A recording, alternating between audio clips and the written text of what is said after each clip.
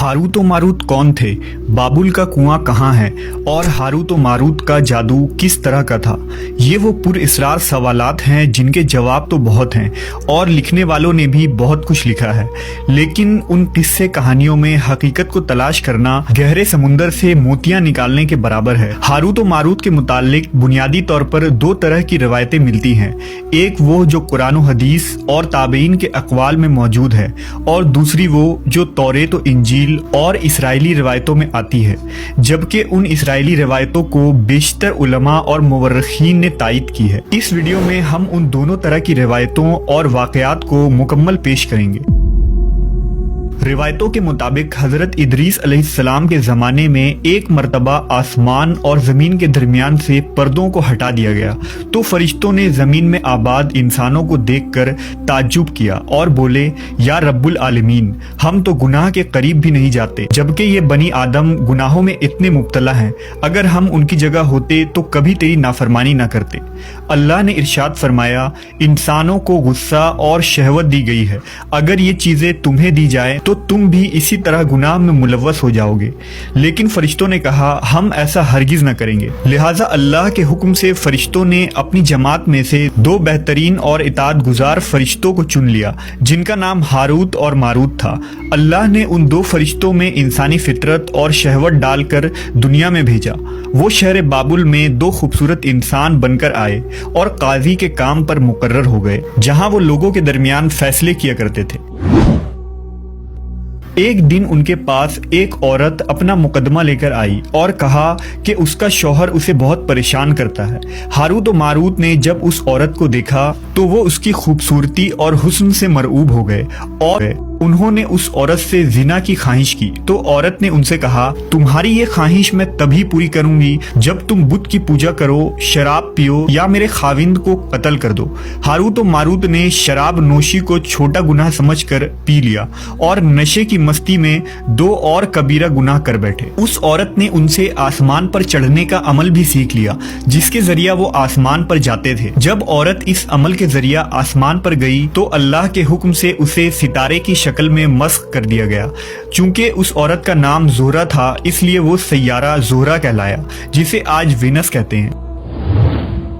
इस गुनाह की वजह से हारूत व मारूत खुद वो इसमें आज़म भूल गए जिसे पढ़कर वो आसमान पर जाते थे और बतौर सज़ा उन्हें बाबुल के एक कुएं में उल्टा लटका दिया गया, जहां वो ता क़यामत यूं ही कैद रहेंगे।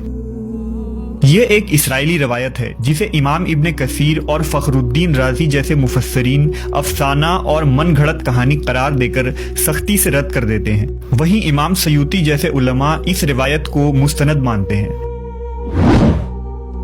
हारूत व मारूत और चाहे बाबुल के सिलसिले में एक और रिवायत कसरत से बयान की जाती है, जिसके मुताबिक एक ज़माना ऐसा था जब शहर बाबुल रुए ज़मीन पर तहजीब व तमद्दुन का मरकज़ था। यहाँ के लोग बातिल खुदा की परस्तिश किया करते थे। ये लोग अपनी किस्मत उनसे वाबस्ता समझते थे, इसलिए इल्म नजूम और इल्म फल्कियात में बड़े माहिर थे। उनके बुतकदों में सितारों की पूजा की जाती थी। ये लोग जादू, तंत्र मंत्र, सिफली को बहुत अहमियत देते और इस इल्म के जरिया मुआशरे में खूब फसाद फैलाते थे। ये लोग तिलिस्म, जादू, तंत्र मंत्र में बहुत आगे बढ़ गए। उनमें बड़े बड़े जादूगर मौजूद थे। उनकी तारीखी किताबों में जगह जगह जादू और तंत्र मंत्र ही नजर आता है। उनका जादू दूर दूर तक मशहूर था। मुख्तसर ये कि उस शहर का बाशिंदा होना ही जादू थी। जब हजरत सुलेमान अलैहिस्सलाम की हुकूमत आई तो आपने उन लोगों को इस शिरकिया अमल से रोका और उनकी सहर और जादू की किताबों को एक जगह जमा करके अपनी अजीम कुर्सी के नीचे दफन कर दिया, ताकि इस फितना अंगेज इल्म का जड़ से खात्मा हो जाए। जब सुलेमान अलैहिस्सलाम की वफात हुई तो शैतान ने उन किताबों को दोबारा खोद कर निकाला और लोगों से कहा कि सुलेमान पैगंबर नहीं था, बल्कि उन किताबों के जरिया हुकूमत किया करता था। लिहाजा हवा में उड़ना, जिन्नात पर काबू और सुलेमान अलैहिस्सलाम के गैर मामूली मुआजिज़ात दरअसल जादू और सिफली का अमल था। बनी इसराइल ने उसकी पैरवी की और उन किताबों को पढ़ना शुरू कर दिया। लिहाजा दोबारा ये शर अंगेज इल्म इस कौम में सुरायत कर गई। अल्लाह ने सुलेमान अलैहिस्सलाम पर लगाए गए इल्ज़ाम और तुहमत की नफी करते हुए सूरह बकरा में फरमाया है, اور انہوں نے اس چیز کی پیروی کی جو شیطان سلیمان کی بادشاہت کے وقت پڑھتے تھے، اور سلیمان نے کفر نہیں کیا تھا لیکن شیطانوں نے ہی کفر کیا۔ لوگوں کو جادو سکھاتے تھے اور اس چیز کی بھی جو شہر بابل میں ہاروت و ماروت دو فرشتوں پر اتارا گیا تھا، اور وہ کسی کو نہ سکھاتے تھے جب تک یہ نہ کہہ دیتے کہ ہم تو صرف آزمائش کے لیے ہیں، تو کافر نہ بن۔ لہذا جب یہ سحر کا علم بابل میں عام ہو گیا اور لوگوں کی تکلیف اور پریشانی کا باعث بن گیا، تو اللہ نے دو فرشتوں کو انسانی صورت میں مامور کیا کہ وہ جادو کے عوامل اور اسے باطل کرنے کا طریقہ لوگوں کو سکھائیں تاکہ وہ جادوگروں کے فساد اور شر سے محفوظ رہ سکے۔ لیکن یہ تعلیمات غلط مقصد کے لیے بھی استعمال ہو سکتی تھی۔ حالانکہ وہ فرشتے لوگوں کو تنبیہ کرتے تھے اور ان کے لیے صراحتاً کہتے تھے کہ یہ تمہارے لیے ایک طرح کی آزمائش ہے، لیکن پھر بھی وہ لوگ ایسے کاموں میں پڑ گئے جو انسانوں کے لیے ضرر اور نقصان کا باعث تھا۔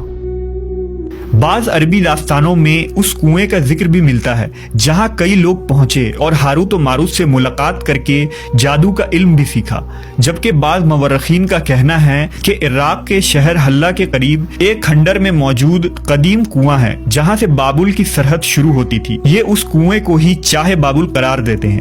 بہرحال اس واقعے سے یہ سبق ملتا ہے کہ سفلی اور جادو ایک شرکیہ عمل ہے، مگر یہ کہ اس کا استعمال فساد اور شر پسندی کے خاتمے کے لیے کیا جائے۔